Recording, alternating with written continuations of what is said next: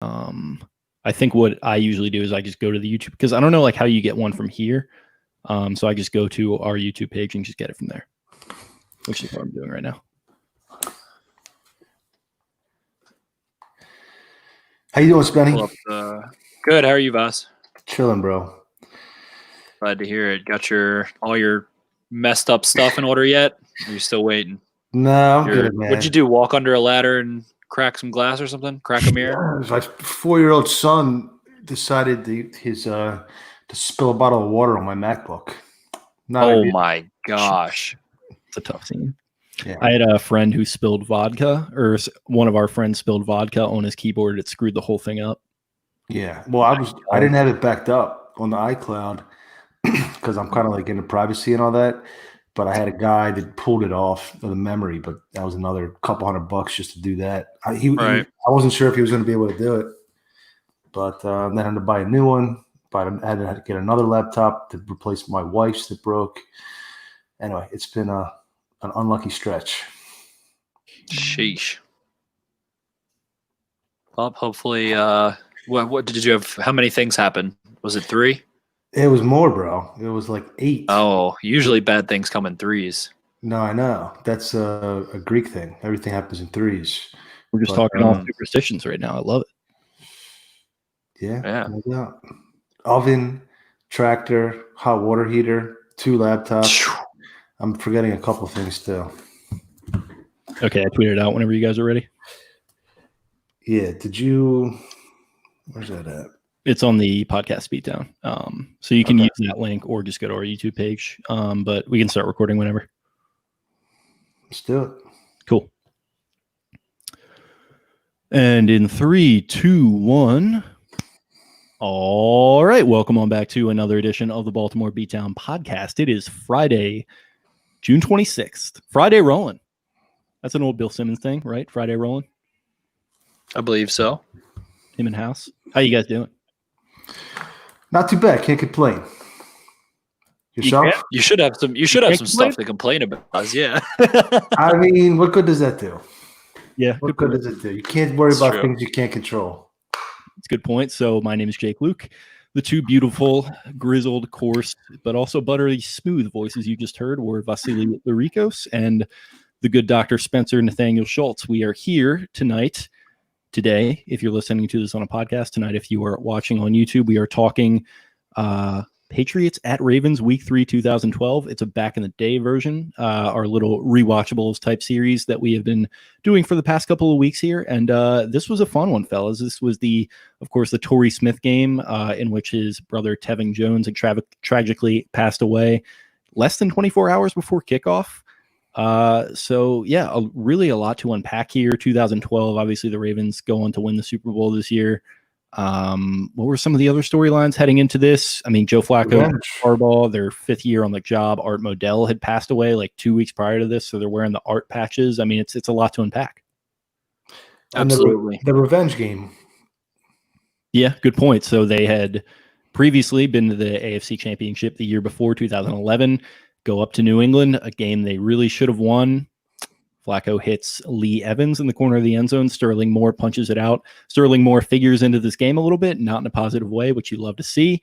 And I mean, I guess I won't spoil the ending for those who haven't gone back and watched it yet. We'll just keep it up for the spirit of doing so. But yeah, they get redemption in a very fun way at the end of this one. So yeah, other than that, 2012, they were really trying to open things up on offense, the Ravens. They had been sort of criticized, Cam Cameron, the offensive coordinator, for a long time in particular, had been criticized for being a little conservative, for being maybe a little slow-paced. So that year they really, and I remember this, so I kind of looked it up and went back and found some quotes. They really emphasized going quickly and doing the whole no-huddle thing. Flacco, I found a quote from him from the preseason, I think, where he said, "I love the no-huddle. We've got to get quicker and quicker at it. I like to go up there, run a play, run a play, run a play. That's where we're going to be, and I think we have to make sure we get it as fast as we can." Yeah, and it definitely worked to an extent. They kind of had a fun edge in a way of under center game, some 20 personnel, as well as some 12 and 21 and some things, and they would hit you with the ISO, and then the play action, and mix them in a couple times. And as any Raven fan from Joe Flacco's tenure really paid attention, he was at his best with the play action when they had a successful running game.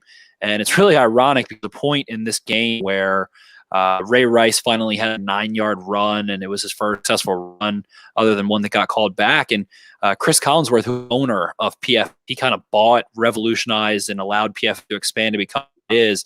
And for those of you that follow along PFF, they always scoff and laugh at the phrase "established run" and the correlation between the run and play action and all of that stuff.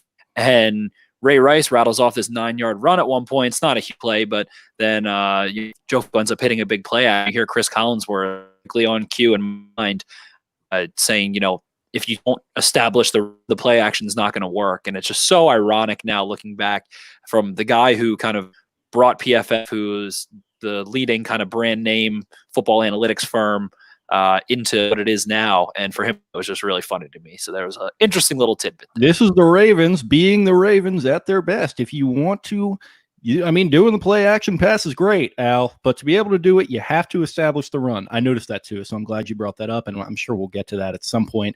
And yeah, it was definitely, they lived up to the billing in week 1 against Cincinnati. The Bengals came to Baltimore. They shellacked them, I think 44-13. They were running no huddle. I think they mentioned in that America's Game documentary, they didn't huddle the whole game on offense, which is sick. In true Ravens fashion, they go up to Philadelphia in week 2 and drop a stinker to Michael Vick and the Eagles. So 1-1, kind of in a weird spot. And then they enter this game. It was already going to be very emotional for the revenge factor that you mentioned there, Voss. But obviously it very much was after the situation with Torrey's brother. He decides he's going to play at 4 p.m. that day, I believe. Voss, do you remember where you were on the day of this game, maybe prior to it? And do you remember where you watched it and kind of where your head was at? I was at this game. I went to this game with my dad. We used to have season tickets in 542. Definitely one of the top 3 regular season games, the game day experiences at M&T I've ever been a part of. Sunday night football. Just as far as my life, I was had been married for a couple of years at that point, and working and looking forward to Sundays. Sunday was my day off, so always the best day. Yeah, just waiting all day for Sunday night. Spenny, what about you? I was also at this game with my mother. I believe I was a sophomore at Towson University at this time. We were really excited. The Ravens at this point didn't always have a primetime home game. They still laughably don't, but through this point, they started to really get some attention, and the offense it was an overall fun team. And like I says, it was one of my all-time favorite games I attended. The environment was absolutely electric. The entire city just had Torrey Smith's back. It was palpable. The Torrey chant, him kind of just breaking out. And like you said, I remember it was a late call. All right, Torrey's going to play. And if this wasn't a night game, Torrey probably doesn't play because he had a little bit of, time, not much, but had a little bit to be all right, my brother would have wanted me to play and I want to go play in his memory. It was really sudden, really tragic. And it was fantastic. You could just really feel the energy. And this is the point where, Ray Lewis and Ed Reed are in their, back 9, but still making plays, and Terrell Suggs is taking over, and the offense has finally come to kind of have a little bit of juice at times, and they make this deep playoff run. So the fan experience overall, the stadium is prime of my life. You can say 2006 when it was really the defense, but at this point they have, a franchise quarterback, Ray Lewis, Ed Reed, all these names, Anquan Bolden, all these players, and the intensity that they play with, the physical brand of football. It was awesome. And the stadium was so loud on several occasions and really consistently throughout the entire game. So I had a ton of fun at this one. Yeah, definitely. This was a peak of the Flacco era, in my opinion, 2012. And like you mentioned there, Spencer, they were kind of not getting a ton of primetime games even at the time, but this kind of did feel like a year where they were sort of impossible to ignore. They had been to the playoffs 4 years in a row, made it to that AFC championship game, lost and won a game every year in the playoffs too. Yeah, exactly. So they were kind of just really at the precipice there, and it kind of felt like it was going to be a make or break season. So I think if this game went differently, and we're going to get into that, obviously, I think the season might have had potential to go differently. So this is a very huge game for a lot of different reasons. You mentioned Ray and Ed at the maybe entering the back 9 of their careers, but still Ray featuring prominently in the Sunday Night Football highlights packages with the "revenge is a dish best served cold." And I got a good kick out of that. So that was a lot of fun. But yeah, jumping into it. Sunday Night Football, Week 3, 2012. Al and Chris, no slide in. I was pretty disappointed by that. I guess Chris had not started doing the slide in by that point. Maybe picked it up a little bit later. But yeah, I mean, they open up and it's this shot of Torrey. And Spencer, I want you to elaborate on this a little bit because you were mixing it up on social media a little bit about it, but puts you right in the feels. They did a moment of silence for him and they just kind of held the camera on him for a while. He featured heavily into what the telecast was doing. Also, a quick shout out to Steve Sable, too. He was one of the pioneers of NFL films. If you watched like any NFL films production in your life, he's probably figured into that a little bit. So they did a moment of silence for Steve Sable, who I think passed away. If you've ever watched NFL Network, yeah, he has significantly impacted you. Yeah, exactly. So I thought that was a cool, quick shout out to him. But really, the story of it, as far as relating to the Ravens, was the whole Torrey thing. Spencer, what was your main takeaway that you were putting out there into the social media world about that? I mean, it's just as soon I like to watch our broadcast when we do these, just because that's a huge part of it for me. And this being a game that I was at Vada too, you know, this was the first time I've really watched the broadcast. So just immediately once into it, as soon as I click play, it's Torrey Smith on the sideline. You feel the mourn and pain and what he's going through. You can just see it in his eyes. And he was just such a fan favorite, always local kid, University of Maryland, bright smile, really sweet, intelligent guy, huge in the community, still is the Baltimore community today, does great things with his foundation and factors into the Ravens a ton as well. Had a very successful NFL career overall. And looking back, and I mean, he was so young then. He still had his awesome dreads and stuff, and it was back in his rookie contract. And he's just crushed. And then it pans out into the city of Baltimore at night and how beautiful the stadium is within the city. And they start the national anthem thing, and it pans out, and you just see the who's who of AFC football at this time, excluding the Steelers. I guess it's freaking Ray Lewis, Ed Reed, Bill Belichick, John Harbaugh, Rob Gronkowski, Tom Brady, everyone notable, and they all definitely like feel for Torrey's situation. And the Patriots, after the game and things, were really respectful and had a lot of great things to say about Torrey and all that stuff afterwards. I mean, it was definitely a special situation, even for the Patriots, to know and appreciate. And it was a trick environment, and all of that you can just feel. And it brought back like a flashback, I guess, like immediately within 35 seconds. It's like, holy crap, this game was nuts. Julian Edelman and Wes Welker. I didn't even think about Wes Welker when I had this game on, and he has 945 yards or something of the sort. So very much in his prime. He had a couple good years after this, including the NFL in receptions the year prior. Yeah, and then he went to the Broncos a year later and exploded with Manning. But yeah, I guess I should mention that we had season tickets at the time too, but me and my brother kind of alternated, and my dad went to most of them.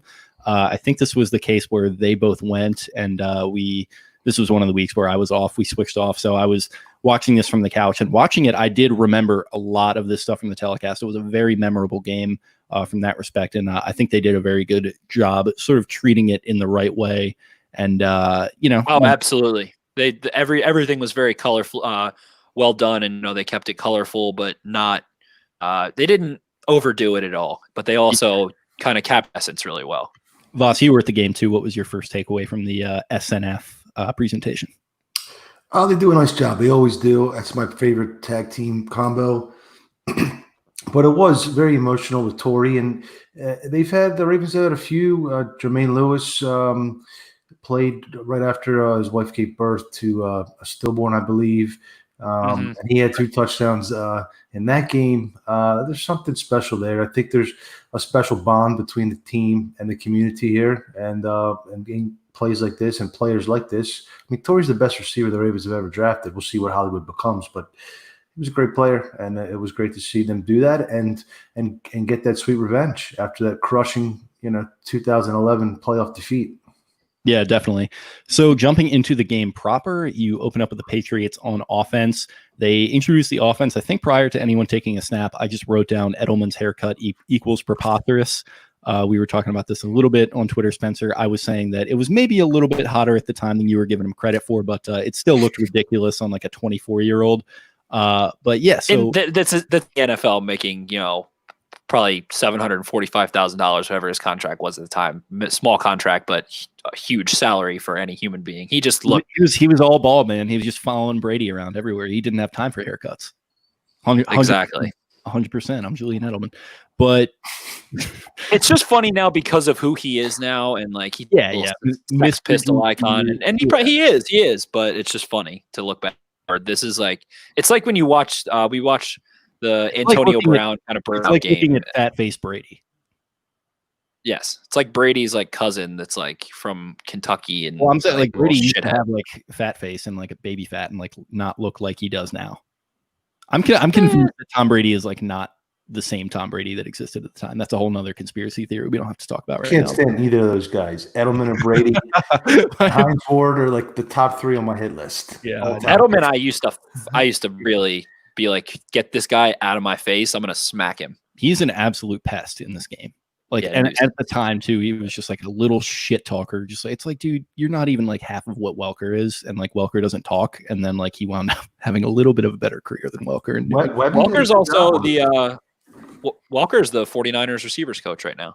Yeah, he was. He spent I think a couple weeks with the Ravens when he first started his coaching career as like a assistant of some sort. But yeah, I guess jumping into the game. So we've touched on Edelman's hair. That was pretty important, but awesome opening sequence by the defense. So the Pats get a first down, then they move backwards. So you've got Reed just absolutely sticking Edelman. I think I took the audio down for that. Wendell, the center, he snapped it early to Brady on the second one on their after they picked up their first down. So you've got a 3rd and long, and Donnell Ellerbe coming in with a very big sack on that 3rd and long, and the bank is just absolutely rocking. So P sent them both. P sent Ellerbe up the A gap and Ray Lewis on a delayed blitz. P's he was pretty aggressive early to start this game. Yeah, he was. I think that was probably part of the whole Pease thing, is that he would start aggressive at times and he would sort of maybe wear the D out, and that's where some of the whole like bend don't break stuff would potentially come from. But that's just like an eye test thing. You'd probably have to look into that deeper. But yeah, it's an awesome opening sequence by the D. Jacoby Jones with a nice return to midfield. I just wrote down that I miss him so much. I'm sure you guys both do too. See, this is what I was thinking. I was a huge Anquan Boldin guy. Like I had jersey. I'll still wear that jersey to games. Like I love him. But like I wish I was a Jacoby guy, but I'm an Anquan Boldin guy. Like I want to be a Jacoby guy, but I'm an Anquan Boldin guy. I almost don't really see them as conflicting is the thing, because Anquan is like the number one. He's the alpha dog, and Jacoby, he's a little bit of a clown, but he's fun and he makes a lot of plays. That's exactly it. You just said, like, you said that they weren't conflicting, but then they are polar opposites, like as receivers, as people. Like Anquan Boldin. Like, Anquan Boldin's dead serious. Yeah, but like Jacoby was only in the receiving like rotation for like 1 year in like a serious sense, and Boldin is like just straight up receiver. Jacoby was more of a returner, is kind of what the point I was trying to make. And the Ravens sort of pigeonholed him into a receiving role, which sort of bit them down the line, but we don't have to get into that right now. It's a nice group though. Torrey, it definitely was. Boldin, Pitta, and Dixon at tight end. Rice. That's probably the best skill pairing. I think it's Leach called some passes out of the backfield too. Yeah. They were stacked. The speed, and it's on both sides of the ball. The Patriots are just clean and operate and a little more disciplined in different ways on offense, but the raw speed that the Ravens had in the like open field kind of football ability on both sides of the ball just overflows throughout this entire game. And the two guys that stick out to me are Jacoby Jones and Ladarius Webb, who we'll get to. But Ladarius Webb, this is just him he's a violent looking runner. Like he looks, I don't even know, but that's a little off topic. We'll get there. Yeah, he was a beast in this game too. Sort of jumping all over the place, but Ravens first offensive possession here. So the telecast opens with a package that said Flacco was 19 touchdowns and 3 interceptions after a loss. So they just lost to the Eagles the week before. And I just wrote down that is the Flacco coaster in an absolute nutshell. Week to week, up and down. Yep. So speaking of which, you get a run pass by the Ravens that brings up a 4th and 1 inside Patriots territory, and they opt to punt. I wrote down, if you ever see Greg Roman in public somewhere, fuck COVID, give the guy a big hug. So I wrote down the same thing. They would definitely go for it. Last year, Harbs would have went for it for sure. No question. This is the very end of old school football. Like both of these teams would have gone for it. Like this is where analytics is still like in its infancy, and exactly, the in that way, it's still rock'em sock'em robots between the tackles. Everybody wants to get under in the I formation and do all and prove their point basically. But it's fun, and I loved it that way. So it was beautiful. Yeah, and it's funny because you mentioned on that establish the run thing, and it is funny looking back on it now, but that was very much like the conventional wisdom at the time. Like wasn't like fun, like anything that Collinsworth was saying there. I don't think any of that was like crazy at the time at all. But a lot of people would get very snarky with him right now, which shows you how quickly things can change in just 8 short years. But so the Pats open up first big play of the game, and this was a weird one. It looked like Kerry Williams and Ed Reed got their responsibilities confused a little bit. Welker breaks down the sideline, little out and up pattern, 59-yard gain. He was fast as shit. Like I sometimes forget, like when you go back and watch Welker highlights, that dude could absolutely rip. Well, Welker was on up in the slot, and Webb came on the slot blitz. Okay. And Brady that's what Brady does. Quick decisions, and he's accurate. That's always what he's been. Reed just couldn't get over to the sideline at the time. That's what I saw. Right. Yeah, I thought who was it? Kerry Williams on the side? Yeah, he was on the boundary, and he took the guy that was breaking inside. Welker ran a little out and up, and he just lost everyone basically because Reed was kind of playing a little bit low, so he had to like turn and run after him. Absolutely, and it was just, the Patriots score people without ups and their little pitch passes and their reverses and all that freaking whatever you want to call it, twinkle toes bullshit for years. They better than anyone else. Brady so smooth with it. So it was just like, here we go again immediately. Yep, and this is Josh McDaniels, I think, or was he with Denver that year? I think it was. No, it's Josh. It's Josh. Yeah. Yeah. Okay. So they can't turn that into a touchdown. You get a 3rd and 9 on that same possession. Brady tries to go to Edelman in the end zone. Reed absolutely decleats him. Just a vicious hit. I wrote down that could have been flagged even at the time, but it thankfully wasn't. So it brings up a field goal. Yeah, agreed. He was, when I think of the Super Bowl season, I think of Ed Reed being like super smart in coverage still, and taking the deep third away and still having some range in the passing game. But I think of him an ankle biter at the point, where he was explosive. And I was like, at the end of this game, I'm like, oh my God, Ed Reed is flying everywhere. He like Brady at one point, Rex Deion later, Branch. I can remember. Branch. Deion Branch does get a penalty later in this game. So Reed is just like loving playing Tom Brady under the primetime lights, because he made a lot of business decisions this season and the season before. Maybe I'm just remembering it a little incorrectly, but that's what it felt like at the time. And it was like, oh my God, he looks like freaking 2006 Ed Reed in this game. Yeah, go ahead. No, later on in the season, he did miss some tackles. He would go low. He slowed down too. But he could still cover. He had an interception in the Super Bowl. Ray Lewis. Ray Lewis was on the 18th hole, though. This was one of the quietest games I can remember him having. Yeah. Oh yeah, for sure. Yeah, it was pretty wild. Just watching him fly around, because I do remember at the end of that 2012 season, it was like, it kind of sucks that Ed's going to be a free agent. He's probably going to go somewhere else. He's probably my favorite player, but it's just definitely time. Like, he was missing a lot of tackles, and it looked rough. But in this game, he was just a freaking missile. And maybe it is something to that, playing under the lights type deal. But ultimately, he makes that play on Edelman. I don't know if Edelman was going to catch it either way, but regardless, still awesome. Gostowski bangs home a 37-yarder. So Pats go up 3-0 with 7:48 left to go in the first. So they kick it back to the Ravens. First play of the Ravens, Flacco, I think it was a play action pass. He's immediately picked off by Steve Gregory. It sets the Pats up inside the 10. Game gets real chippy. There's a little bit of fighting. Do you guys know what Steve Gregory is known for? Something with the Chargers. So he played for the Chargers, but Steve Gregory this same year was the butt fumble guy. So he picked up the ball and ran in for the touchdown with the butt fumble. So a little Steve Gregory trivia for you. There we go. Shout out to Sanchez.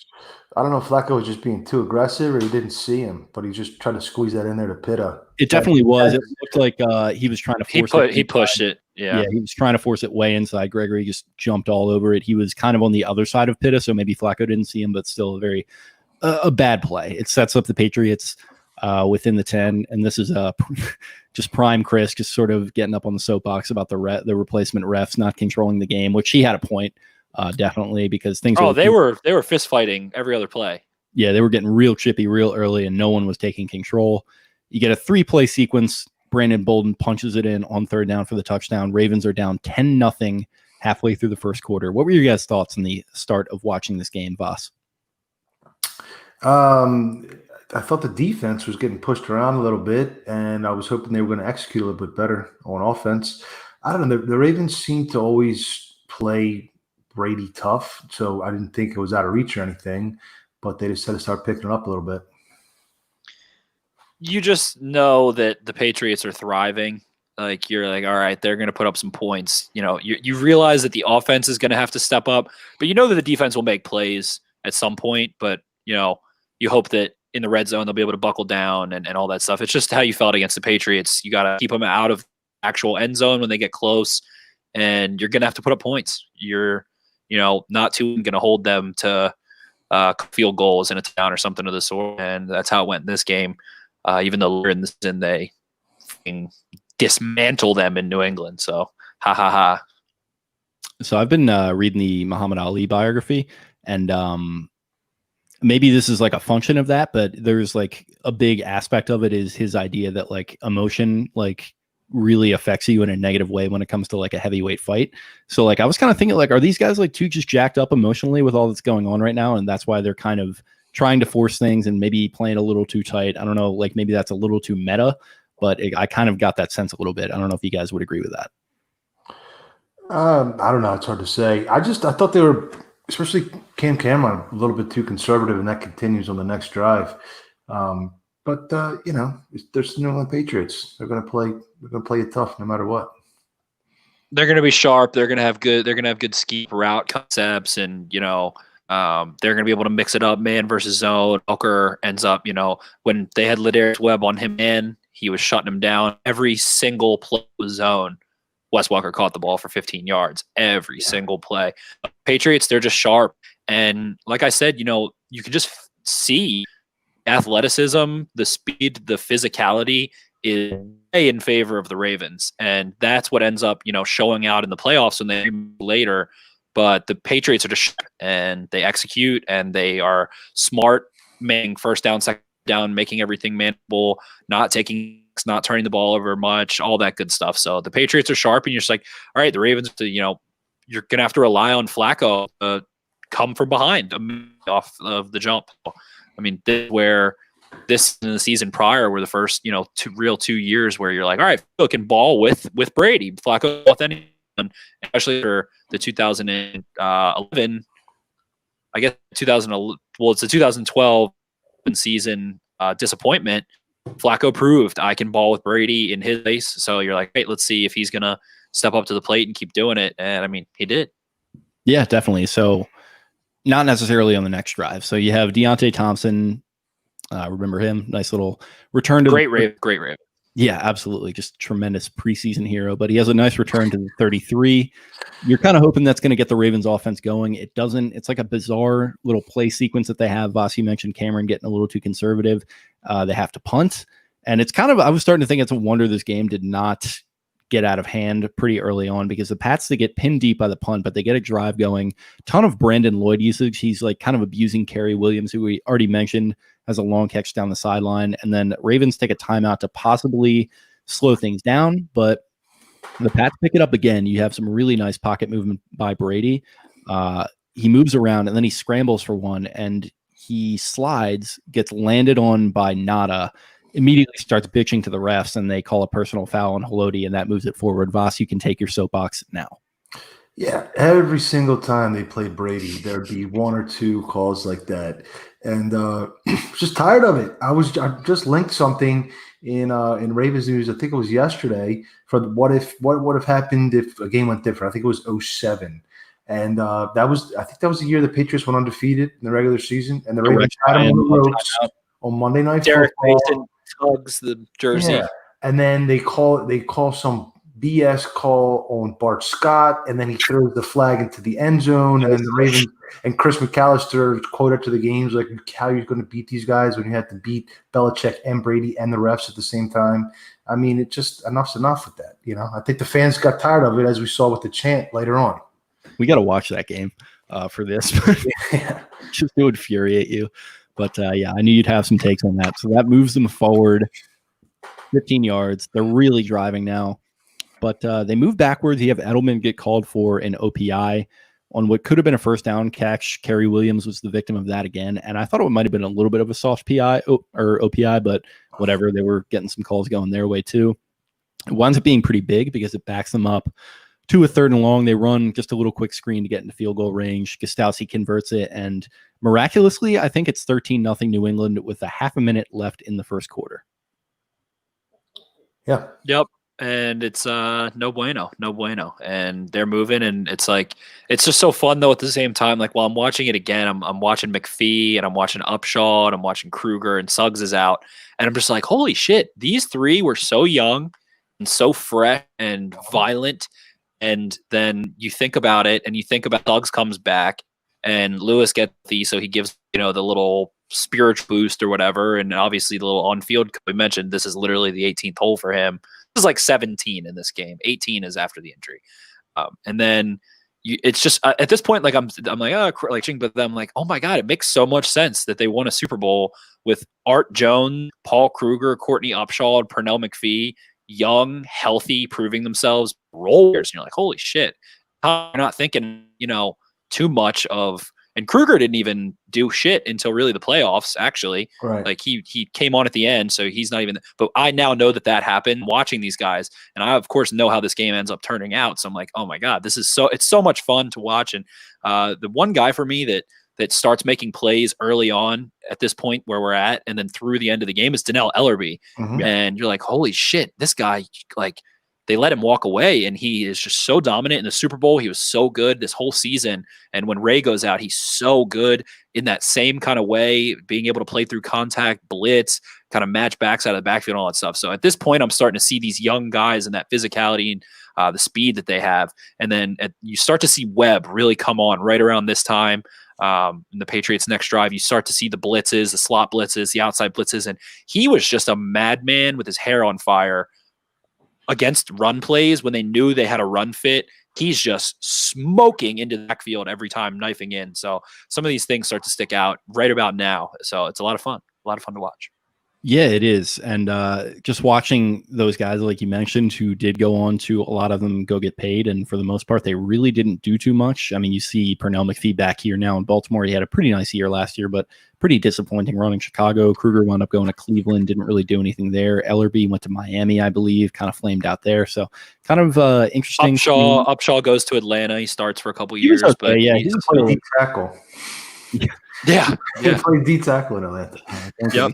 On the Falcons. The thing with Webby, unfortunately, he got hurt in the Dallas game. A couple games later. His ACL. I think it was 3 or 4 weeks later. That was a good game.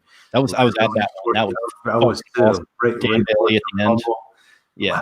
Remember they picked that guy up in the air and they should have blown it dead, and somehow Ray rips the ball out in the late fourth quarter. But the Ravens are really banged up this year on defense. Suggs popped his ACL in the preseason. Ray obviously tore his tricep. Webby, who was their best corner, Jimmy was still coming on. And Kerry Williams was getting picked on all game this game, and he was a decent player, but he wasn't an 8. He was a good number 2, number 3 corner. Like you don't want him matched up with a number 1 though. It's a good thing they signed him, if you think about it, with all the injuries that they had at corner and the fact that Jimmy was not reliable at that point. He was not good in this game, but he had some moments, and he definitely stepped up down the stretch of the season. But yeah, that Cowboys game, we got to watch that too. Dez, the 3 touchdowns, that was fucking sick. Yeah. My God, I enjoyed that. I love Dez Bryant. Yeah, me too. I was like, oh my God, I can't believe we allowed those fuckers to trade in front of us and draft this guy, because he was. And now it's biting us in the ass. It's not too late, man. We got to get him for 2020. We need one more receiver. Yeah, we've been talking about that. But next possession, this is going to be a little bit of a theme of the game. So Flacco promptly hawks one up. It just a very bad throw right at Devin McCourty. He was just standing there. He would have picked it off, but great defense by Torrey. He's helping out on offense and defense in this game. Just a terrible offensive first quarter, and it ends after a short run by Ray Rice. So first quarter thoughts, I guess we've already kind of hit on this. What do you guys think? They just had a hard time getting home against Brady. I mean, that's always, you can get edge pressure on him, and he's pretty evasive there. And the middle of the defense with Pollard and Ray, there was room between the zones there, you know. And Jameel McLean was playing a little bit, rotating in two, and he wasn't great in coverage. Ellerby was their best, besides Reed, obviously. Yeah, and you see Collinsworth really gets into it. So the Patriots had a crap D in 2011, and so they come out and they're running a lot of too high, a lot of cover two, and it's working. They're running like a base, traditional, like Madden almost 4-3 with cover two, and they've got the replacement refs, and they're just jamming shit out of Anquan Bolden off the line. Pitta's getting ripped. So, you know, Flacco has to wait. So he ends up checking down and stuff and dinking and dunking underneath. And the run game is going nowhere at this point. So, you know, it's a work attrition. The Ravens starting offensive line at this point, I believe, is Michael Orr, left guard Harewood, Ramon Harewood. Bobby Williams took over for him a couple games later. And then eventually McKinney put in, and then KO kicked to anyway. KO was at right tackle in this game, I think. Yeah, he had a really good game too at right tackle. He looked good. And I actually met him this year and said what to him, and he like blew me off. So I was like, "Fuck you," at the Green Turtle in Towson. But he was 6'8", 300. He was not fat. He is not a fat guy. He's a jack guy, or he was at the time at least. And I was like, holy crap. And that's interesting because we have our guy MD Law So Hard, who's been in the comments here. We've been ignoring him up to this point, but he's talking about a Twitter ban again, not surprisingly. But he had some maybe on Colecchio Semele around the time they were, you know, he was in the news for possibly coming back to the Ravens. He had a interesting revelatory story about him at Horseshoe came in on, I believe. Yeah, I met him at Fells Point once too, actually. KO. Well, now we know why he went from being really good to. He kind of was like a little hunchback the way, I don't know. He looks kind of yeah. He's like the but he was massive, tall. The jacked pit bull picture. That's just like him. Yes. But yeah, but he cleans up. They have Chandler Jones, who is like rookie Chandler Jones. I was going to say that little pop at the point of attack there. He was getting after Flacco. Yeah, but then you go. So him and Michael Orr went at. Michael Orr played really like Ravens offensive line played really well in this game. Yanda is clean as a whistle this entire game, and at this point, no one knows who the hell Marshall is. Well, he had a holding penalty. 3 penalties on Yanda this game. I was like, 2 holds. Yeah, and he's also you see him. Wilfork's a tough matchup for anybody. Yes, and Wilfork was hit in prime, but Yanda did have these penalties, but he was handling business in this game. Run game, oh my God, leaving dead bodies. Him and KO to each other was awesome. When they would run ISO with Vontae Lee, Ed Rice, or Pierce coming up, those two, they had some sick double teams and combo blocks. It was a lot of fun to watch. Definitely. So jumping into the second quarter, it opens with the Ravens offense. It could have been another 3 and out for them. They get a nice little PI call to go their way. That gets them their first down of the night, their first down of the night, which is sick. Rice springs forward for what should have been a big gain, gets called back for holding. Ravens have a 2nd and long. I just wrote down mega sigh. Ravens offense starts to get rolling until a 3rd and 13 comes up, at which point it's mentioning, just a little side note, that Phelps is at this game, which I love.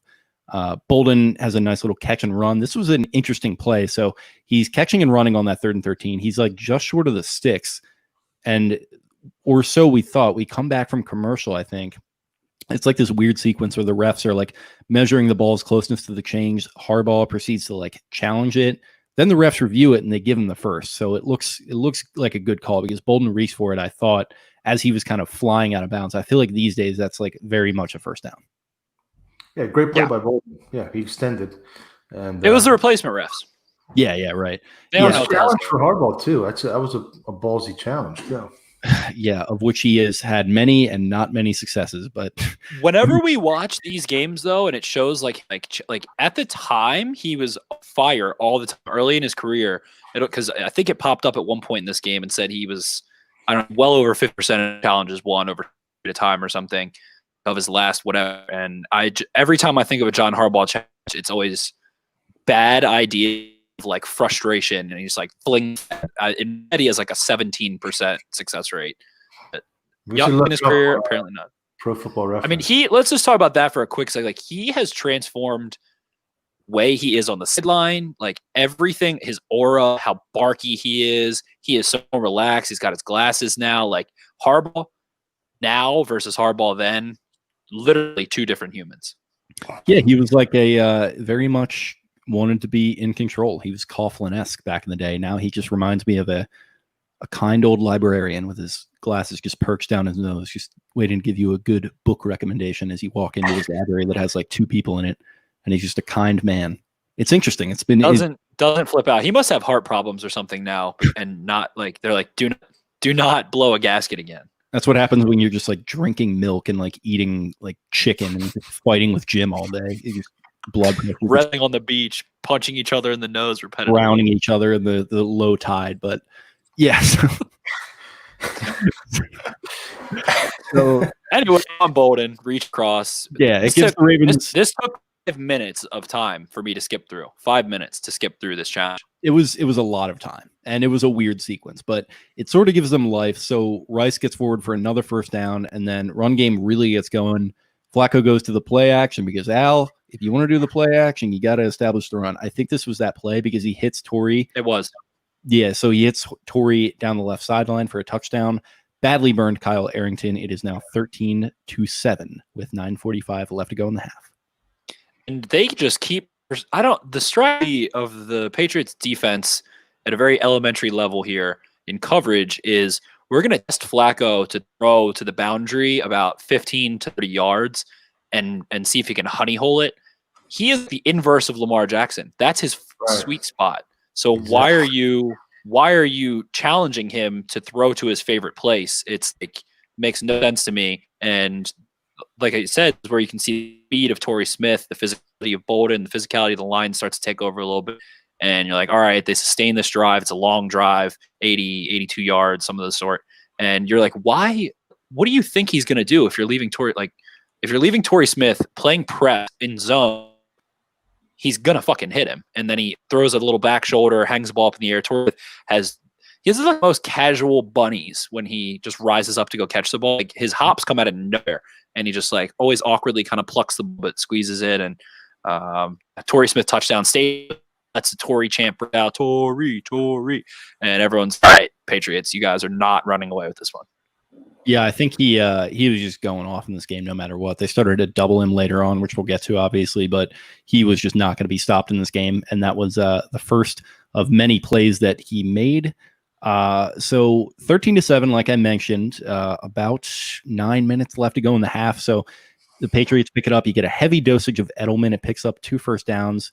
Then they do this weird like end around play. Upshaw is all over it. It's a 14-yard loss. Awesome play. I think you were talking about this on Twitter. I was too, and that effectively ends the drive. I wrote that it was the Emma Watson play call by McDaniel. It's just a little too cute. Didn't they run that same play like 2-3 plays beforehand? And they ran it. Yes. It was that one had a little. Like Jake put it perfectly. That one was like, I think it was like a fake or a fake high snap to Brady. The high snap thing. It's a direct snap to Woodhead. He reverses it. I think the one to Edelman was like a quick sweep kind of thing. Instead, the one that you're talking about, Boz. So they're doing the same stuff, and it's that's what the Patriots thrived on through these years. That's what I remember their offense. And then of course it come a peak in the 2014 playoff, the ineligible lineman shit. So they're dinking and dunking and doing their little schoolyard BS to overcome the Ravens' superior like athleticism and physicality, and to that point, but no mas. Yeah, so they get a little too cute. They punt it, pin the Ravens inside the 10. Doesn't matter though. You got Flacco scrambling out for a first down, which is always funny to see. Then he hits Jacoby for a pretty big gainer. We talked about how he's maybe not a huge part of the receiving game, but this was an awesome play. Came on, I think, a little crossing route, catches it, and just runs it into Pat's territory.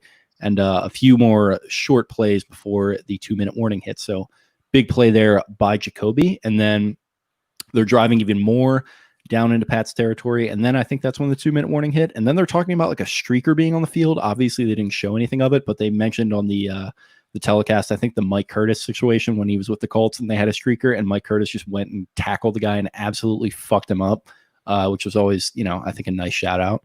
And then I don't know, I forget exactly where they were on the field, but you had the Pitta touchdown. He busted it open, hurdled Steve Gregory and McCourty. Awesome play. Minute 47 left in the half. It is now Ravens 14-13. Great hurdle. Great. Pitta was a beast this year. This was the same when the first Hard Bowl was on the Thanksgiving night was 2011 or 2012. That was 2011. That was his big breakout game. Yeah. Pitta was great, man. Yeah, really was. He was a super shifty athlete. I think Jake mentioned we have all these big hunky tight ends, Nick Boyle hurdling now. And it's fun to watch Pitta. I mean, he had that one play later in the season against the Broncos, and when they shellacked the Ravens at home, where he had that ridiculous 80-yard touchdown, and he was just a really good athlete, really natural pass catcher, and all that good stuff. So again, receiving core is just so freaking good at this point. Yeah, he should have been the most productive tight end in Ravens history. It shouldn't have even been close. At least that's what I was thinking at the time. He was a little old when he came to the league, but he was an absolute beast. And that it was on display with that play. It was on display. You mentioned the Broncos. Then when they blew out the Giants later that year, he made some awesome athletic plays. So great to see Pitta in just full action at this point. So things are feeling good for the Ravens. Minute 47 left to go in the half. Of course, the Pats just take over and they do what they do before the half. Just a textbook drive. Dink and dunk, paper cuts left and right, and then Brady hits Edelman for a touchdown with just seconds to go. So you head into the half with them up 20-14. First half thoughts and thoughts on that drive. That was frustrating. McPhee had Brady in his grasp by the leg. He was still able to get the ball out to get a first down on that. There was another PI on Kerry Williams. Brady was he was in his prime at this point. I mean, it was tough to stop him there. But 2014, I mean, I think he still felt pretty good. He knew we were getting the ball coming in the second half. So, yeah. Yeah, you're seeing some life come into the offense, and that drive was really surgical, so it was a little deflating. But you're feeling the offense is about to turn the corner. That drive, I believe, was 11 plays from 1:41 down 7 seconds, and that just is a testament to how clean the Patriots execute those kind of situations of situational football, how great they are before the end of half. That's, a historic thing. And the Ravens got to that point actually in the Flacco era. I think even a little closer towards the end of it, where Flacco was really, really, really money towards the end of the first half. And then the Lamar Jackson Ravens have kind of continued that trend. I believe they had some sort of, I can't recall exactly, but some sort of streak or record of scoring before the end of the first half at some point during the season that was impressive, but I can't exactly recall. But yeah, I mean, the Patriots are scoring at will a little bit. The Ravens will make a big play on defense, but then the Patriots will just kind of overcome it. So, you get the feeling it's going to come down to the fourth quarter. Yeah, you definitely do. So going into it, the third quarter, that is 20-14. Fun little halftime highlight package there. Another great job by NBC. It included that Ray Revenge soundbite that I was talking about earlier. Equal parts awesome, ridiculous, and funny, I thought. So the Ravens open up with the ball in the second half. They're driving to midfield. Flacco goes to the right side, I believe, nearly just hits a big one to Jacoby. He had 1 foot out of bounds. It would have been a huge play. So that was kind of disappointing, but it didn't matter because Torrey follows it up. He makes a huge play of his own, 32-yarder inside the 10. It sets the Ravens up really well. And I was kind of wondering, it felt like Torrey has made that play like a million times in his career across every team that he played for, where he runs that big crosser, just stops, catches it, and then runs back the other way and just shakes the safety. I love that play call. Yeah, it's like a deep curl, and then he just gives one step inside and then sprints back out. That man is a speedster. He just runs away from people. So smooth ball, able to tolerate. It kind of reminds me of Hollywood a little bit after the catch and that rhythm, the natural kind of rhythm and pace and footwork and stuff with the ball in the hand. So A little bit of comparison there. I'd say Hollywood reminds me of that, just a touch in a way. Yeah, I can see that. Flacco was dropping dimes on this drive. This was probably, I mean, he had 2 or 3, 4 throws in a row that were like, wow, you know. Balls coming out hot, quick. Flacco throws the most, other than maybe Aaron Rodgers, of all quarterbacks I've ever seen in my life. I think Flacco might be number 2. He throws the prettiest ball, the sharpest, tightest spiral, RPM, coming out hot. When he's standing tall, has a good base. And you can just, with Flacco, you always just tell when he's on and when he's off by his body language on the field. And right now, Flacco's lighting it up. Let's go. Yeah, absolutely. Just looked very clean coming out of his hands. Very good base, like you mentioned, just a well-built dude. So yeah, it was, he was definitely dropping dimes on this one. It looked like he was starting to heat up a little bit. And then they get down there inside the 10 and Ray Rice just bangs it home. Ray Rice, absolute prime Ray Rice. This was before the year he really fell off, and he makes it 21-20 Ravens, 11:36 to go in the third. Has his bowling ball bicep that he flexes after every touchdown that is like the stockiest, smallest but biggest arm you've ever seen in your life at the same time. No doubt. Yanda had the block for he sprung him for the touchdown, right? Yeah. Yep. But yeah, that was a great drive. Flacco, like we said, he's just throwing lasers. Yep. He was definitely on his game at that point. So, but then the Pats, they get the ball back. They go on a drive their own. You're seeing a lot of Danny Woodhead on this one. I was interested by that. Maybe they saw something in the Ravens defense, but it was working out well for them, hitting him over the middle. They cap it off with Woodhead scoring a touchdown of his own, 6:48 left in the third. And now it's 21-27 Patriots. It's starting to feel like a little bit of a shootout. Yep. They just had so many of those little shifty guys. Welker, Woodhead, Edelman to an extent. Lloyd is kind of the same way with the toe tap catches, real fast style player. Yeah, and Gronk was pretty quiet. I mean, he had a couple catches in this game. He did a pretty good job taking them away, but it's just so hard to stop that, But there's little guys and there's little gimmicky plays, and Brady just doing what he does. Yeah. So on this drive, you've got Woodhead 3, Woodhead for 1. Woodhead for 3, Woodhead for 3, and Woodhead for 6, and then finally Woodhead free again for a down. So he had 7 touches this drive out of nowhere. I just got PTSD to like me being like 17 watching this game on the couch, just absolutely filled with hormones and very angry. Like they didn't even do anything. Like they literally didn't even do anything. Little white dudes are just like everywhere. Like I don't like where are they getting them from? And they're just absolutely torching us with them. And this drive is gains of 11, 5, incomplete, 11, 3, 1, 10, 3, 3, 9, 6. Like they don't do anything. They just dink and dunk and execute in the red zone. Absolutely. So speaking of, you get to the next drive. Flacco, like we mentioned, he's playing well. He hits Torrey for another deep shot that gets the Ravens near midfield. Torrey's absolutely balling at this point, and he beats Sterling Moore on this play, which makes it that much better. Do you guys know what Sterling Moore is known for? Popping the ball out. Lee Evans, right? Lee Evans, he knocked the ball out. So that gets the Ravens driving to midfield, and then the drive just sort of stalls out. Flacco, another bizarre lob up to Torrey, covered by McCourty on 3rd and 15. Very puzzling. Cook punts it away with about 5 minutes to go into the third. And I mean, McCourty dropped a pick, like dropped a lobbed interception.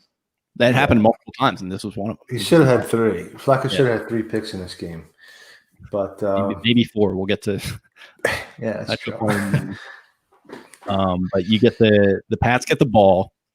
So Kellen Winslow Jr. quickly converts a first. Do not Google Kellen Winslow Jr. if you're at work. But they continue to drive. They have a 3rd down and 3. And we were talking about this earlier. Reed just absolutely wallops Deion Branch. And this one does bring up a personal foul. You could hear this hit very clearly.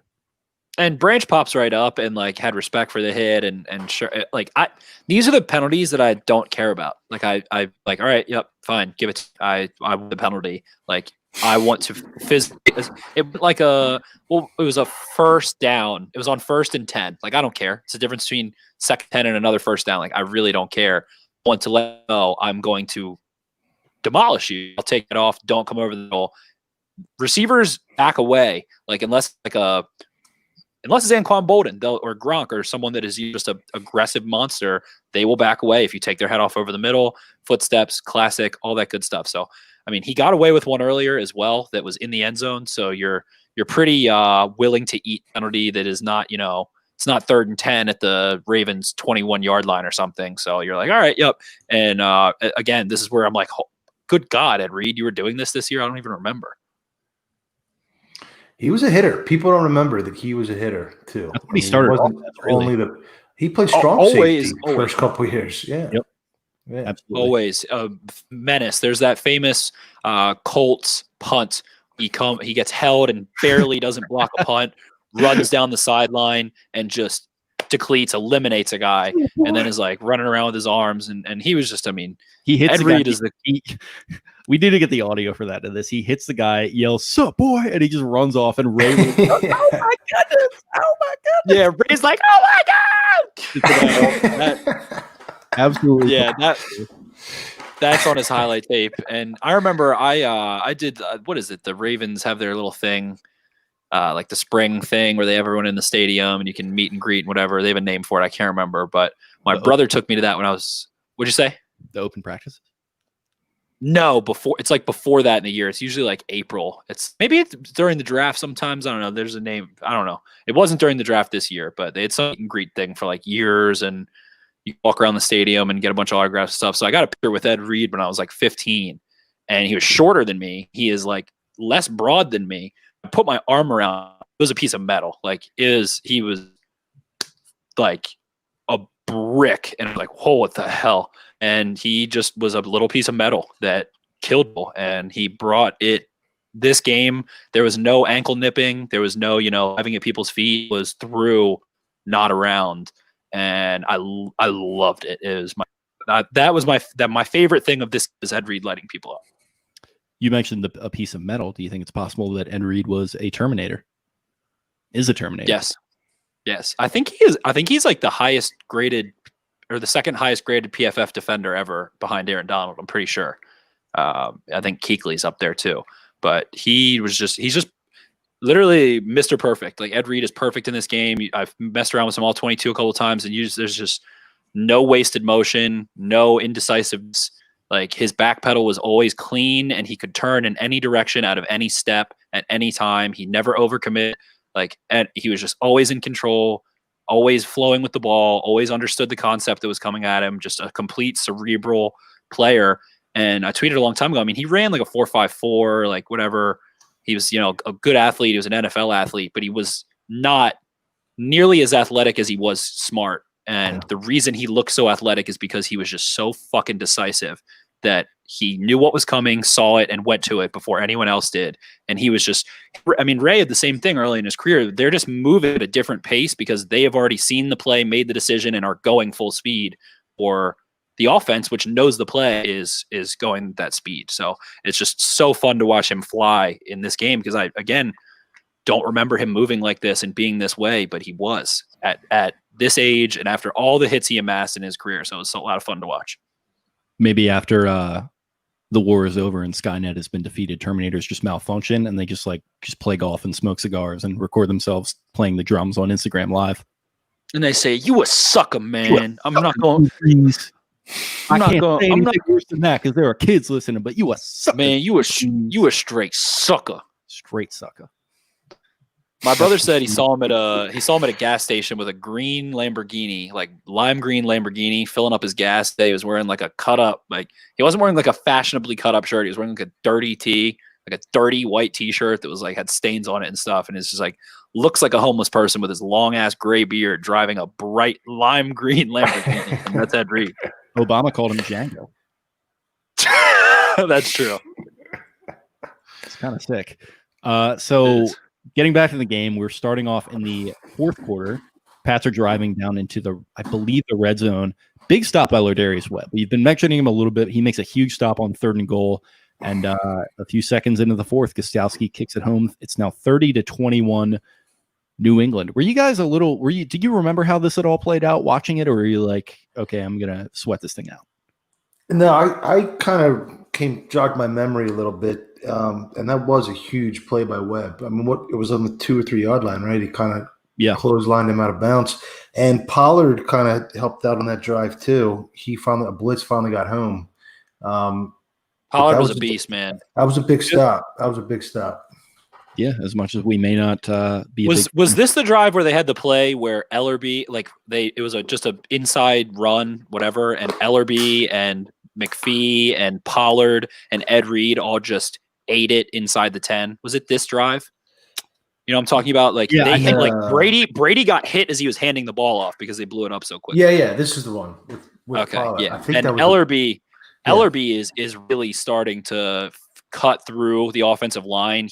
I wrote it down. It was right as the quarter was closing. I wrote quarter closes out with the Pats near the goal line when the Ravens team swarms all over Brady trying to hand it off. Hilarious visual. Yeah. So Ellerby comes. I mean, Ellerby is on top of. It's like literally young Ray Lewis. If they checked into a room, he was sprinting at the snap through the ball, and he depleted Logan Mankins, the left guard, pancaked him. 4 people collide on Ridley and Brady, and I was just like, rah, let's go. Mankins was their best lineman. Mankins was a beast. I think he was all this pro. This is like prime too, yeah. Yeah. It was a good play, dog. Real good play. So 30-21. And so, yeah, this is interesting. I mean, I believe, let's see where we were at. So, yeah, 30-21. It's probably like 10 minutes ago in the game. Does that sound right? I think it was just starting the fourth quarter. It was 14-10 left. Okay, 14-10. Okay, so the next Ravens possession, you have another lob by Flacco just directly at McCourty, and he just drops it. So, I don't know. This is just the Flacco coaster in full effect. He had a good game here, but there were some questionable things going on. So, next play, he dances a little bit, and this was an awesome one. He lobs a beauty the other way to Bolden, who just beat Kyle Arrington straight up, pushes it well into New England territory, and 10:50 to go left in the fourth. That's where I was getting the 10-minute from. You get a 4th and 1 past midfield. They decide to go for this one, and Bernard Pierce just gets absolutely stuffed, like well behind the line. And so it's going to be 30-21. Pat's going to be taking over with good field position. Ran it at Will Fork. You knew they were going to run it right up the freaking gut. Vanilla-ass play call. Yeah. And that Bolden, you mentioned that Bolden 24-yard gain. It really reminded me of, was it against Denver? I want to say it was against Denver in the playoffs when – no, what was the last game that we covered on here? The Steelers game, the other Torrey Smith touchdown game, right? Yeah. Yep. Right before that touchdown, it's like a Torrey Smith drop, and then Bolden gets that floater, and then Bolden drops it, and then Torrey Smith catches a touchdown. It was like the exact same concept. Yeah, it was on like that Bolden catch. Yeah, right. He was going over the middle and it just clanked off him. He had a little more pressure on him than this one, but yeah, same idea. Yep, and Bolden, reels in the 24, and then they try to run it right at Vince Wilfork, and that was a stupid idea. It certainly was. So Pats take over. Welker immediately picks up a first, and they're into the Ravens side of the field. The clock is ticking past the 9-minute mark, and things are starting to look bleak. But then you have a 2nd and 14. Branch just gets whacked again. This time it was a young Jimmy Smith. You could hear the hit on this one, too. Absolutely sick hit there by Jimmy. And, he was very physical back in the day, still kind of is, and that was a fun one to watch. They get stopped. Mesco punts it to Webb. He gets pinned inside the 10. So here comes the offense with 7.5 minutes to go. They're down by 9. So they start off going the wrong way, and then they have a 2nd and long. But then they get a holding call on McCourty that moved the chains. It felt like they might have gotten Flacco'd a little bit on that one. I'd probably have to watch the playback again, but I think I remotely recall that being maybe a little bit of a tough call. Then you have play. Yeah. Then you have a big play to Jacoby. That moves the chains. And it's a 21-yard gainer that puts him near the 50. So the clock is past the 6-minute mark at this point. Flacco picks up another first. He hits Torrey well into New England territory, and this was a pretty big play, as was the one right after that. It was sort of like a check down to Ray Rice. Turns it into a huge play inside the 10-yard line. They were probably at like the 40. He hit Rice on a little crossing route. He's going one way. He just crosses back, going the other way across the field. Very, very shifty play by Ray Rice. I remember watching a sports science on the force that it was Ray Rice's cutting and how much force he generated on his plant foot. And it was like some astronomical 10 billion trillion pounds of force or whatever. But he could just move laterally and put dudes on skates. You see a safety just fly by him on their face trying to tackle him. He was moving on that little check down. Yeah, Rice was starting to slow down just a little bit in 2012. He had a shitty year this year. Yeah, and then they shouldn't have paid him after this year, obviously, but regardless, but that was his best play for sure of the game. But the defense too, the drive before, what a big stop! Really, Ellerby had a big tackle for loss, and then McPhee flushed Brady out of the pocket to force a punt. So they're stepping up, like you said. The young guys are stepping up. Yeah, definitely. And so it's about, I think, 4 minutes or so left in the game at this point. 4 minutes, 15 seconds. Yep. Yeah, and so they're within the 5. They run a couple of plays. Nothing really works. I think you have a penalty, but then you got Torrey once again. He comes up huge with a touchdown after the Flacco scramble, and this was a freaking awesome play. Flacco's kind of going one way. He runs back the other. Torrey, I think, is one-on-one with, it might have been Arrington. McCourty.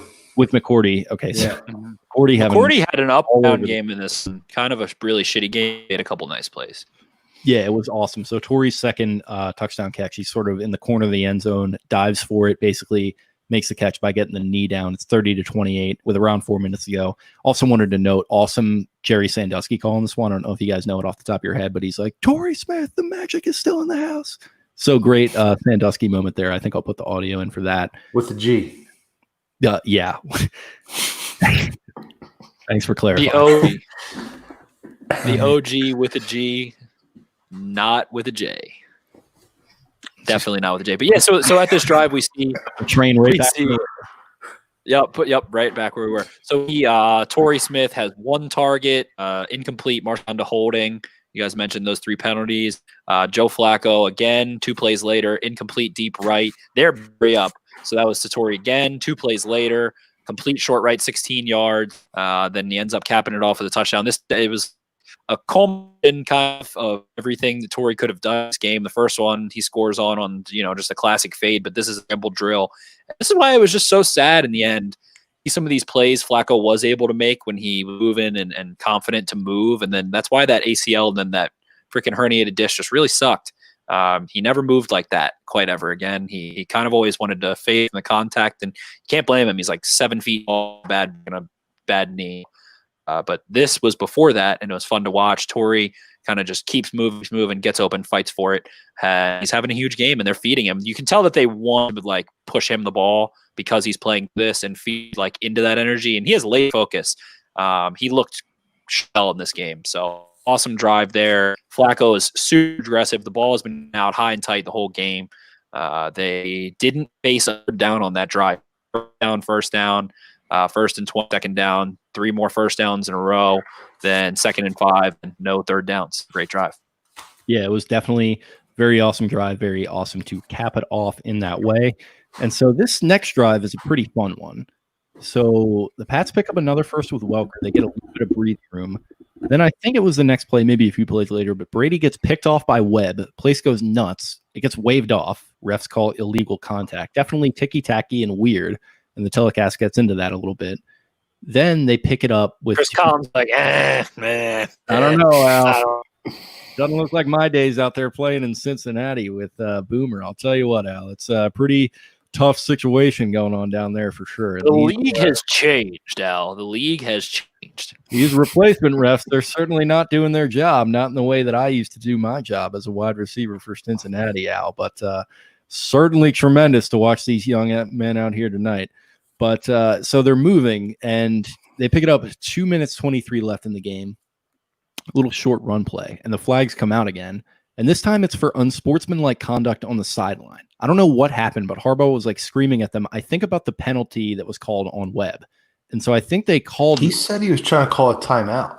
Yeah, that's what Chris was saying. He said he was trying to call a timeout or something. Al, I saw him throwing the timeout sign up. That's what was going on. But it was a weird situation because they just said on the sideline. They didn't they were just personal foul on the sideline or something like that. And this is when the bullshit chants just come out in full effect. That was great. Yeah. I think it started in one of the sections, either my section or the one next to us, and it was just billowing down from the upper deck. I believe Chris Collinsworth calls it the Manure Chant. Yeah, he's the loudest Manure Chant I've ever heard. Which is hilarious. Great way to put it. Way to keep it clean for the kids. Freaking suck a Drew Brees.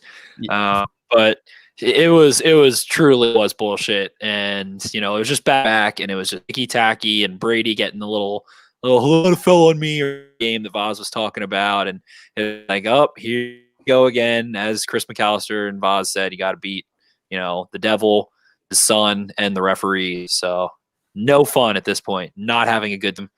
They are it's the best because the sound operator in the stadium, you can tell they're having a little bit of fun with it because they do the defense thing, the boom boom defense, and it's right. Just boom boom bullshit, boom boom.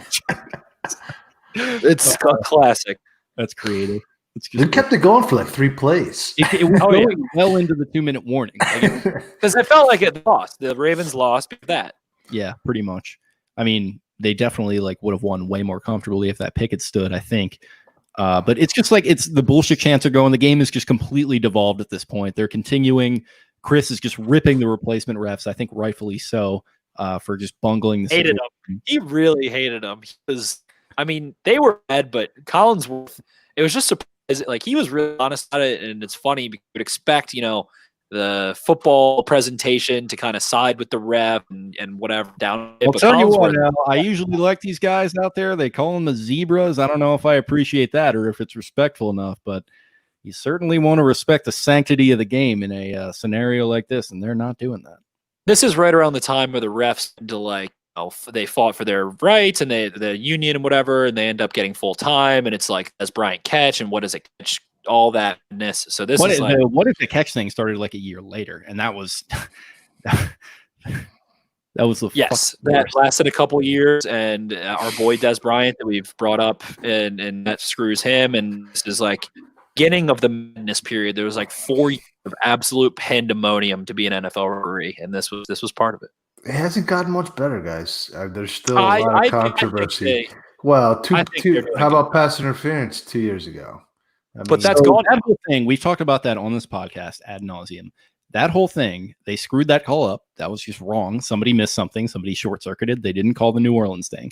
And then the NFL did what the NFL does, and it turned into a reactionary. We're going to spend the entire offseason talking about this and mulling over this because we need to have the news cycle in our favor. Whether it's good press or bad press, it's going to work out in our favor.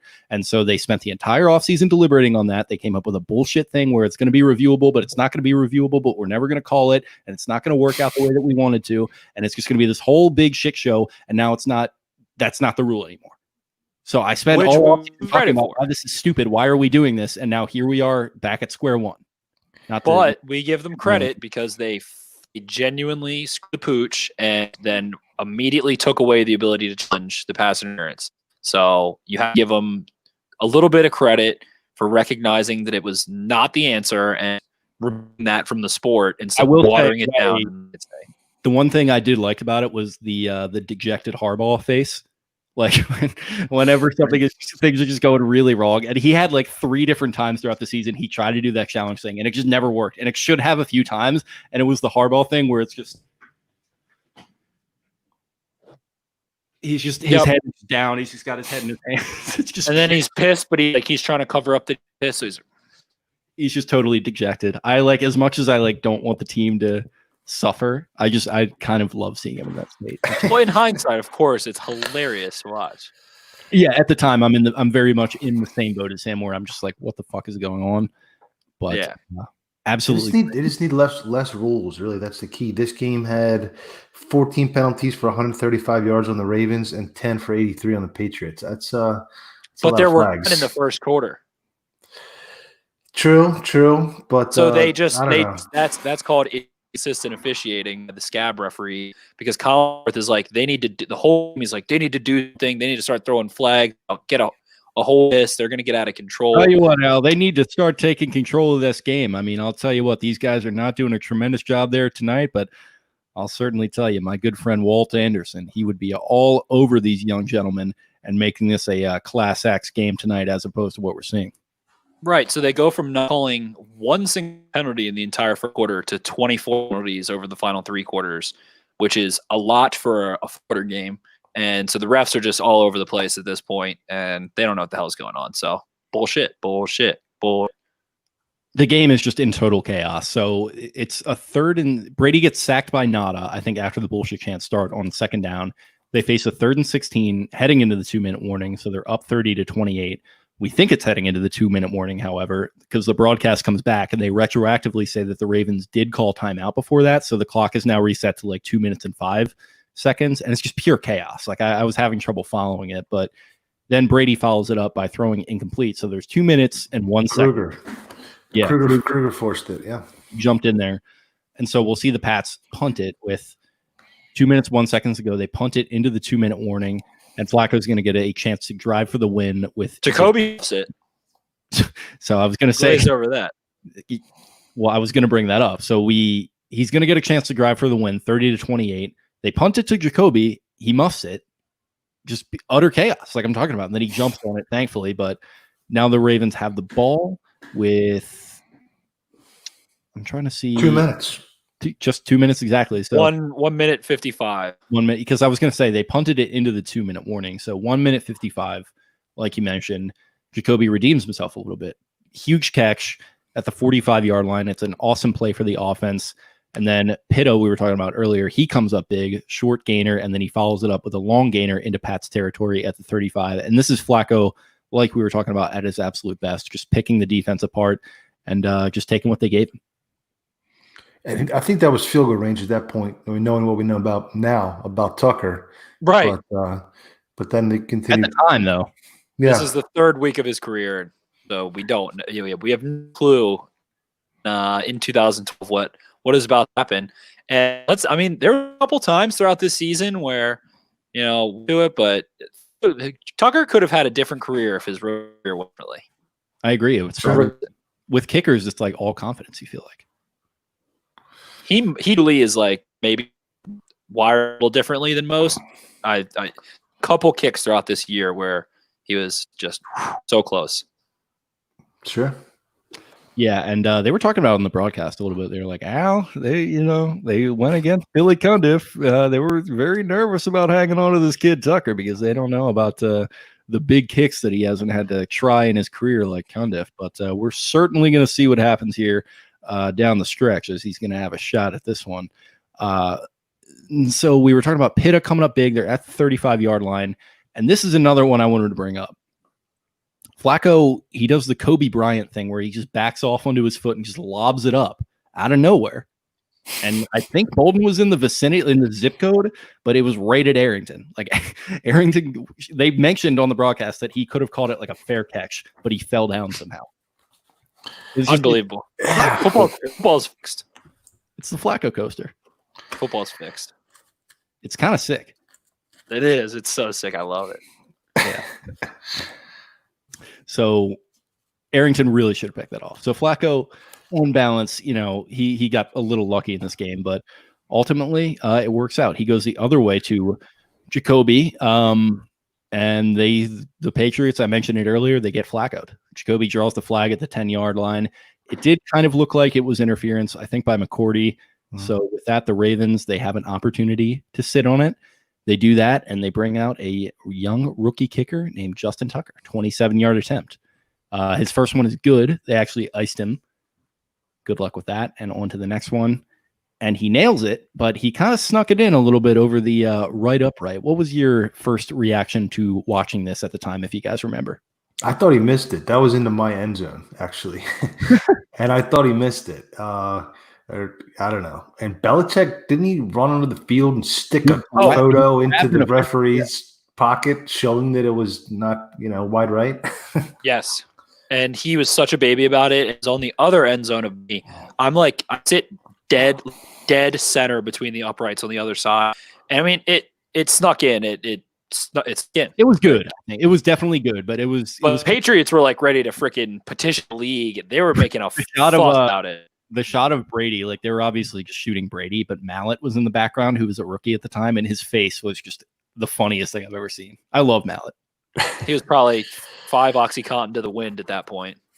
Come on, don't do that. I definitely thought Mallett was a better signing than Woodhead. If we're talking about 2020 Patriot or 2012 Patriots that Ozzie eventually brought to Baltimore. Had an electric, like, what was it, 2 games, 1 game? He had like one drive. He had one drive. Well, he had freaking like 4 catches on drive. Flacco was ready to experience Danny Woodhead in his glory. And then he broke like we all knew he was. Malik beat Pittsburgh with that terrible team, the worst team Harbaugh's ever had. That was one of was probably blacked out. It was a AAA team going up against the Steelers, who had their playoff hopes on the line. And guess what happened in 2019? The backups beat him again. Yeah. Tough scene for out of the playoffs. They had the Juju fumble. They've had a rough go. The Steelers owned the Ravens in like the 2000s, and then they moments in like 2016 and 2017. But Ravens have kind of beat up on the Steelers over 10 years. Yeah. They did. Yeah, they were definitely doing so the first half of this past decade, and then the last half of this decade. I feel like the Steelers maybe got them a little bit more. But yeah. I got 3 in a row going now. And Harbaugh had 5 in a row or 6 in a row in Tomlin at one point. I want another sweep of Pittsburgh with Lamar because Steelers fans, just because of the one game that Lamar Jackson had his worst of his professional career, probably, especially the regular season, they think he sucks because they only have watched that game. So Lamar Jackson's all gimmick. He really did have a bad game in Pittsburgh. We've talked about that 1,000 times, but want the Pittsburgh. But back to this game, it was chaotic fourth quarter, chaotic. 6 minutes there. The Ravens had 3 straight 80-yard touchdown drives at one point in the middle of the game. And it's just fun sight to watch all these things. But yeah, Ellerby came up huge in this game quite a few times. A big sack late. It's really clutch. Had a really great playoff run as well. So Ellerby, definitely an unsung hero. Something that caught my eye for sure. And it was just fun to reminisce in this period. Belichick talked after the game about how he was mad that they weren't reviewing the kick. And kicks that go over the upright are not reviewable. I don't think kicks are reviewable. Yeah. Beats me.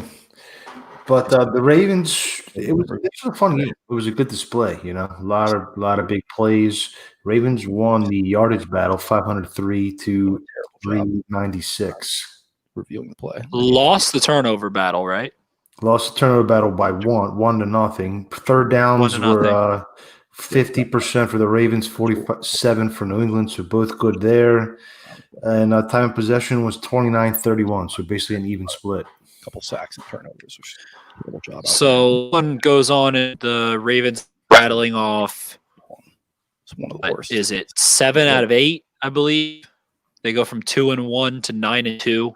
And then they rattled off the other way around the second. Then they lose. Yep. Cam Cameron didn't make it through the season. I was at that Redskins game too, and he was so conservative in that game.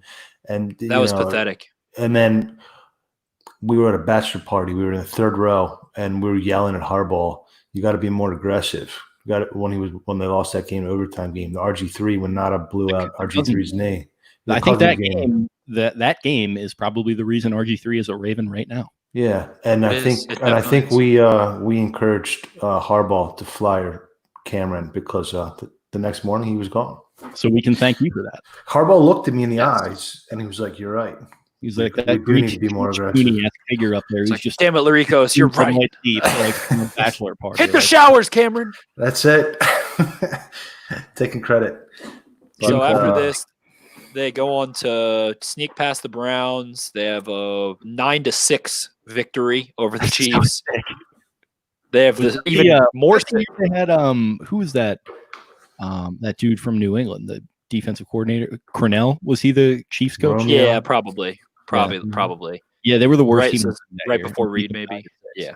Sick. Yep. And then the Cowboys game, 31-29. They end up getting one of the worst beatdowns in Baltimore Ravens history. Baltimore beatdown 43-13 in Houston. That was such an embarrassment.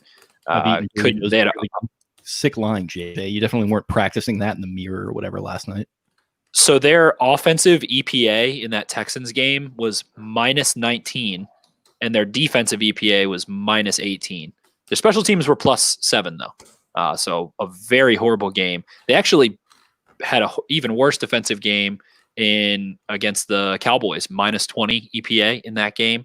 Then they end up rattling off wins against the Browns, Raiders, Steelers, and Chargers before going to lose 4 or 5 and back their way into the playoffs. A lot of people say that, and they anything could happen. I remember arguing with people during the last few Flacco years. And they're like, oh, just get into the playoffs. Wild card is fine. Anything can happen. Look what happened in 2012.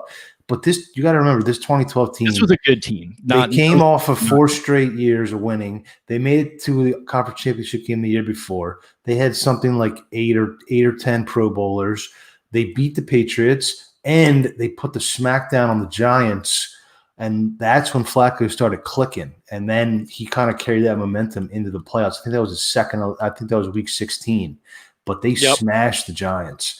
And they just had to beat the Giants. They were coasting. I was at all the way through that until one. That was a party. I was nervous. Yeah, he couldn't miss that game. That's one of his best. That and maybe his 5 touchdowns in Tampa in the first quarter. So the offensive EPA of that game is 22.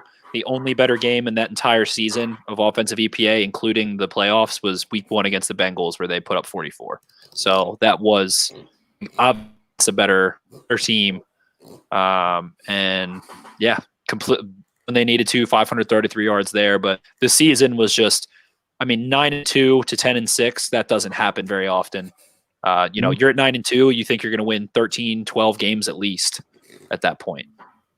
Yeah, this was like you were mentioning, Voss. This was, and I do remember the rhetoric in like 2016, 2017. Like, you just got to sneak in, just anything can happen. It's like, no, dude. Like, look at the quality of this team compared. They were 9-2, right? Comparing it to, they were 9-2. They had a lot of injuries that held them back and forced them to fall to 10-6. They weren't a wild team. They won division too. Yeah, exactly. They had a home playoff game. Just very, very different scenario. So I definitely appreciate what you're saying. And then a decided adding on to that, right? Adding on to that is the narrative that this defense wasn't good, and they had the worst defense ever. Blah blah blah blah blah. But as Vaz mentioned, Webb blew his ACL. Suggs was out for half the year. Ray Lewis is out.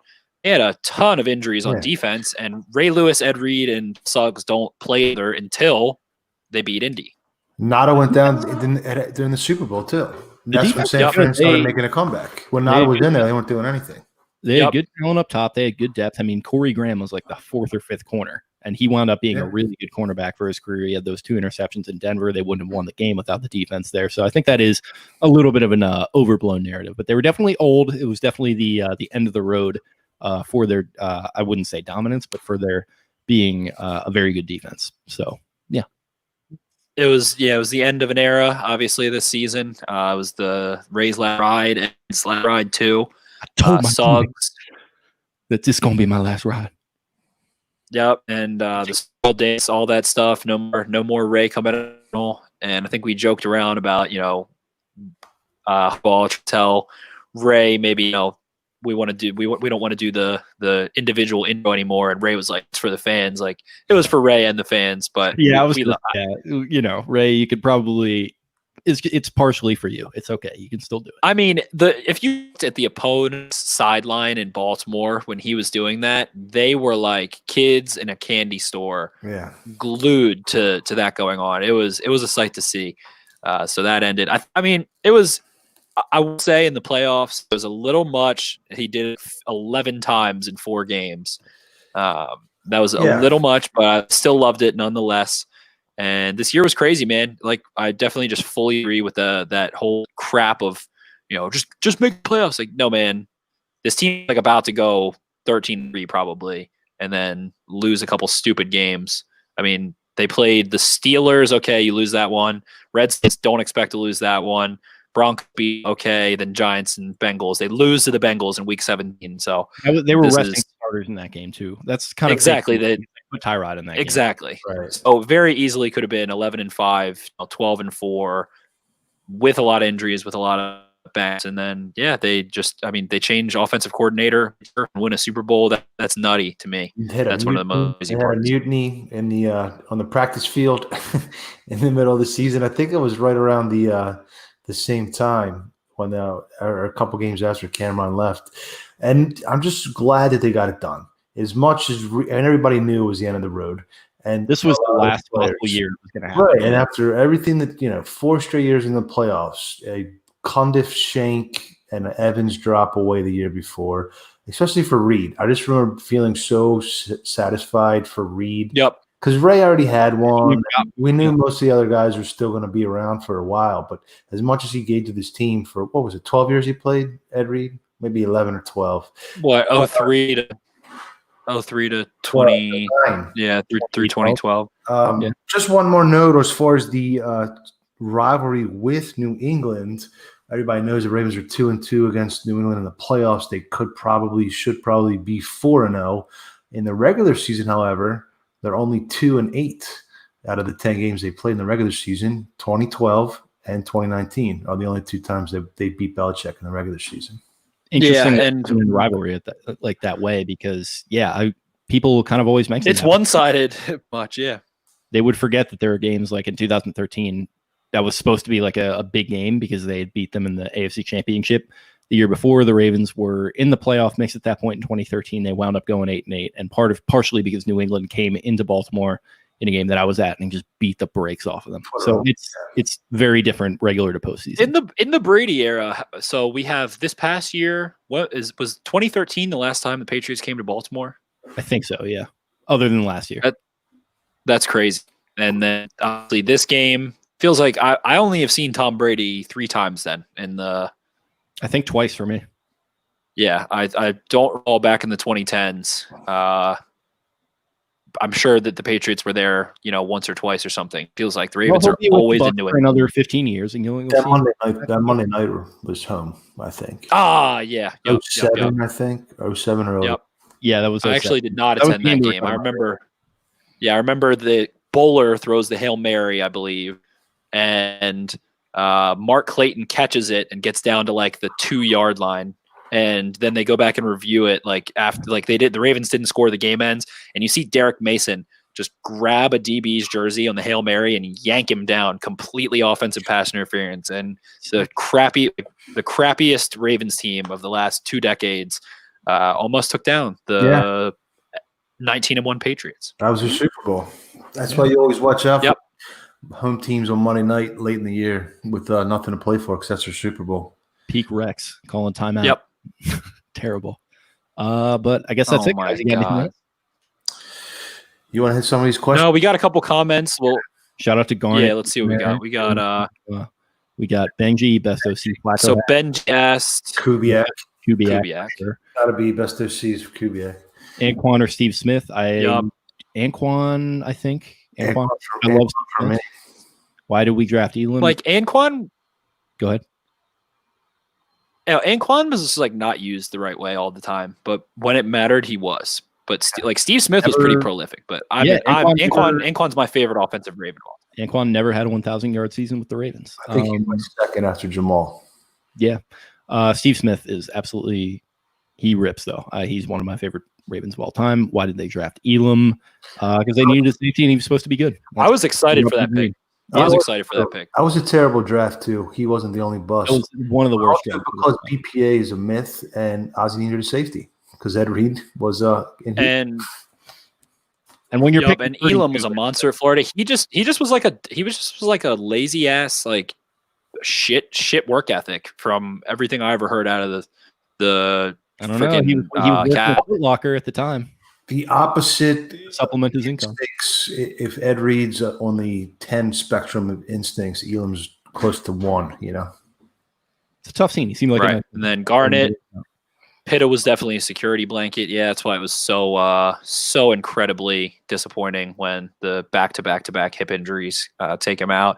And yeah, that was one of the most mad, if not the most mad, I've ever seen Bill Belichick, as Garnet brought up. When he grabbed the Bolden and Rice got us at 4th and 29. That was awesome. Jimmy Clausen is an all-time great one-game wonder for the Ravens. Yes, Random absolutely. Raven. Yeah, Nado destroyed RG3's leg. Touched on that. Watt had his way. That was the I've eaten burritos bigger than you to Ray Rice, which is aged interestingly. We lost Webb in that Dallas game. Sure did. I was there. Not fun. And Ray. Ray was actually out for a while too. Good point. Like a kick return or something where Webb blew out his knee. I think he was returning it. Yeah. Don't remember. Bolden and Rice got us 4th and 29. Anquan absolutely suplexed Weddle, which is funny. They touched on that when Eric Weddle got us 4th and 29. The classic end of the game, Eric Weddle just sitting there hesitating to make a play and then getting annihilated. He kind of tried on that one, but Bolden just came in, and it was a block in the back for sure, which is great. Do you think Dominic, do you guys think we have the team to win the Super Bowl this year? Yeah, possibly. Misty Wisty, I've been waiting to get to this. Hello, does this podcast ever feature poetry readings? Sure. Send it to us. It definitely does. It definitely.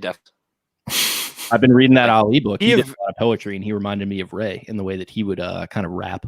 So, yeah, we'll do poetry. Yeah, for sure. But, yeah, Denson, do you guys think we have a team to win the Super Bowl? I think no. They're still a year away. I think depending how it flows, it just depends on a lot of it. If the Ravens can jump out to leads in the playoffs, they have the team to do that. If they get behind, all you got to do is just get in. Anything can happen, right? I like to see him add one more receiver. I think the Costa needs to add one more outside wide receiver to solidify there. But if you have the best roster in the league and you're returning all the coaches and a lot of other teams, and it's a weird offseason, and everybody's saying they have the best roster in the league, and you return all the coaches. Deep, definitely a very deep roster. It's interesting. They got 4 new guys up front in the front 7, and it's COVID. I don't know what's going to happen with COVID. I'm very worried about this season now. Benji asked, Lamar better than Flacco yet? I think he's a better player. He has not quite had the chance to build out a resume. He's more talented. He's a more talented player. Everything except for intermediate and deep throws outside the hashes. Everything else is better. What if Flacco had Lamar's decision making? I mean, we've done how many of these reviews now? A few of them. Confidence. Flacco's just he's throwing jump balls like all game. I think if he had a little bit of a better fit offensive coordinator and at times personnel wise, like Lamar had a perfect situation this year, to be fair. I mean, maybe personnel not as much, but like coordinator, just absolute perfect fit. Yeah, it's true. That's a good because Roman, has an offense that is catered to Lamar Jackson's strengths. They run, the veer and all that stuff, the power read. They turned Joe Flacco into a coast back at one point, which was his best year. Polar opposite. Kubiak? Yeah, Kubiak was his best year. That was pre his. Yeah, they turn him cut out. But they turn him into, a quarterback that's second in the NFL in attempt, not an eye action, don't surround him with weapons. Not a good fit. He had a strong arm and was a good, as we said, he's the inverse of Lamar. He was strong, deep outside the numbers, and they didn't attack there anymore, and they didn't have good threats that he trusted to throw to. So, they paid a quarterback a boatload of money and then didn't adapt to him. They tried to, mold him into what they wanted even after he'd won a Super Bowl and didn't, look, this is what he does best. Let's offense this way. And they did that for the Kubiak year with a lot of, zone runs and then those boots where he could get some space and some time and then just unleash because he had, like I said earlier, one of the best arms, cleanest arms, best release, best spiral, very accurate deep at times, those offenses. But then from those injuries, I mean, his ball accuracy was dead last in the NFL. So he just had a difficult situation post Super Bowl. I don't understand how you trade away Bolden for $2-4 million in cap relief. It just boggles my mind still to this day. I don't understand. And let Torrey go. I mean, Torrey was making a lot of money. I mean, he was asking for a lot of money back then, and I could have went either way on Torrey. But the Bolden trade still blows my mind. But in defense of Lamar, and I think Move the Sticks always talks about tractors and trailers. Which players are tractors? Which players are trailers? Lamar is definitely a tractor, and certainly towards the end, Flacco was a trailer because he needed everything around him. But Lamar makes everything around him. Flacco needs everything around him. Lamar had the same offensive line in 2019 that Joe Flacco had in 2018 and 2019 and the running. I mean, they went from like 30th in the league with the same exact offensive line and Flacco under center. And then Flacco hurts his back or whatever. Lamar comes in and they set records for the rest of the year. The same exact offensive line. Right. Run for 205 a game, same offensive line, and then that's why, when there's some sort of talk about Lamar and they're like, well, of course, with Ray Stanley and Marshall Yonda and Orlando Brown, be like, man, Flacco those guys. And Flacco's barely over at the end. Only defense would be that he's maybe not as good of a fit with Roman. He had stumbling, bumbling Morningweg calling for him with a lot of that personnel. But I do see what you guys are saying. I do agree that I think Lamar is going to eclipse pretty much everything Flacco ever did here. We'll see. I mean, once in the playoffs, shame on you. 4 weeks in the playoffs, shame on me. Everything is in stretch. He's probably, I don't know about like wins and all that, but you know, get him a wideout. Give him. He's got the okay. They're already well on their way. They've drafted the same amount of first-round wide receivers for Lamar or almost the same amount of first-round receivers for Lamar than they did Flacco. They only have one more to go. Mark Andrews is a wide receiver. But bring in a Jacoby or a Bolden type too, or a Dez type receiver, or Dez or Josh Gordon. We'll see what Duvernay is. Duvernay is really interesting. I think he could either be the most average number 3, number 4 receiver the entire NFL that has a 30 catch years fizzles out, but I can also see a world where he is Golden Tate and is really dynamic first down maker. It's like I was saying, I think Campanaro would have been a really good player or a pretty good like slot player if he had remained healthy, and I think Duvernay could be something like that. He's up Camp I like that comparison. Camp had a little more wiggle, but Duvernay is a lot stronger. Right. That comparison and able to do some of the running back-esque things with him. The one thing that I'm freaked out about, I mean, watching this game, I just thought about, we're recapping this Patriots game. They had a really nice 2-punch kind of. We talked about Ray Rice wasn't quite as effective as usual, but I just am so freaked out about the 4 running back situation. And if one of them go down, it ends looking fantastic. But who gets touches, man? Who gets the touches? It's crazy. Yeah, we don't know, but it's going to be a lot of fun to watch. It is. It is indeed. I would have liked to seen Hill get a bigger opportunity. He might be the odd man out now. Who could say? Right. And Cat going back through, I've been charting the game passes. I still have done. It's like 2.5 weeks in now, but every time Justice Hill took the ball, if he has any space, he's working. He's running through contact. He's got open field wheels, making cuts, all kinds of good stuff. I like him in the passing game.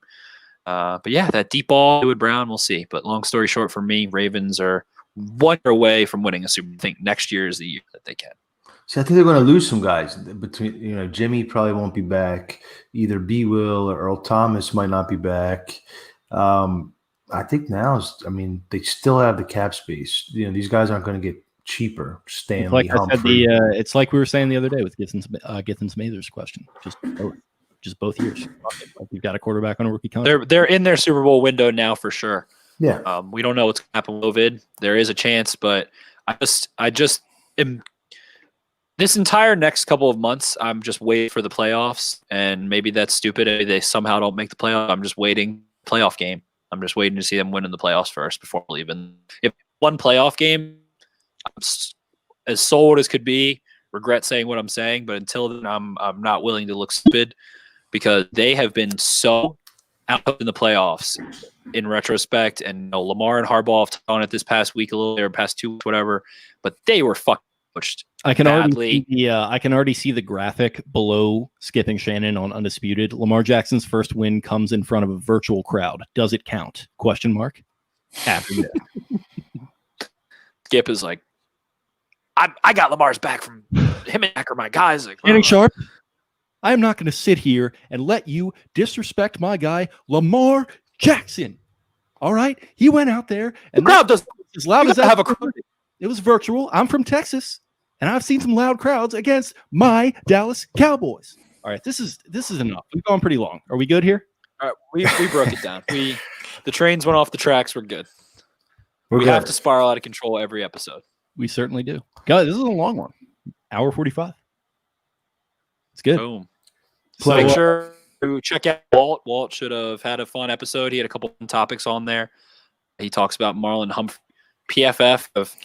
I feel like tongue-in-cheek kind of pick at these little CBS ratings and then kind of release a statement. They said that Humphrey's top young corner. So go check out Ravens Talk, our boy under our brand. On it, a little fun, casual listening. If you guys haven't gotten into that, definitely. I actually listened to it. I just put it on play to see a couple times on work stuff, and he's fun to listen to. His Tequila Talk pod, also really, really fun, pretty raunchy. That's his independent thing, but I would check that out. It was super duper raunchy, a lot of fun to listen to. Walt's an awesome guy, so yeah, wild man for sure. Check him out. They're good dudes, dude. He can freaking move, man. That's crush 8 miles. Dude, he's a beast. He's a different species than me. I'm looking at that. And I'm doing these runs. I'm like, I'm never going to be able to do that. Like, I know that. Dude, he moves. He'll book like 7 miles, like an 8-minute pace. I'm like, holy he'll be like, shit. Like 8.5 minutes. He's like, my pace was trash, but I got 6 miles in today. I'm like, all right, sick, dude. Must be nice. So Fun fact, I ran 6 miles Sunday, tried to run 3 miles the next day, and like my body crumbled beneath me when I tried to run the 3 miles. I'm on a brief couple day hiatus, but yeah, check out Ravens Flock Talk, and Jake, get us out of here. I will get us out of here. So if you enjoyed the show, I hope you are already following us on YouTube, where you can get the video version of that. If you are watching it on YouTube right now, you can always get it on podcast platforms. You can follow us on social media. You can follow me at Jake Luke. That's LOUQUE. You can follow the podcast Twitter account that I'm running at Podcast Beatdown. You can follow Spencer at Ravens for Dummies. Voss, where can the people find you and your work? At Vasilis Beatdown, VASILIS Beatdown. And writing articles and editing for Baltimore Beatdown. Good stuff. So this was really fun, guys. Hopefully we'll do another one very soon. I think we picked a good game here. Maybe pick something a little bit more of a throwback next time. We've done 2 in a row that I think was 2011 and 2012. So maybe we'll throw it back into the aughts, or maybe something even more recent. Who knows? But yeah, ton of fun with you fellas. Hope you all have a good night, as well as everyone listening, and peace out. See.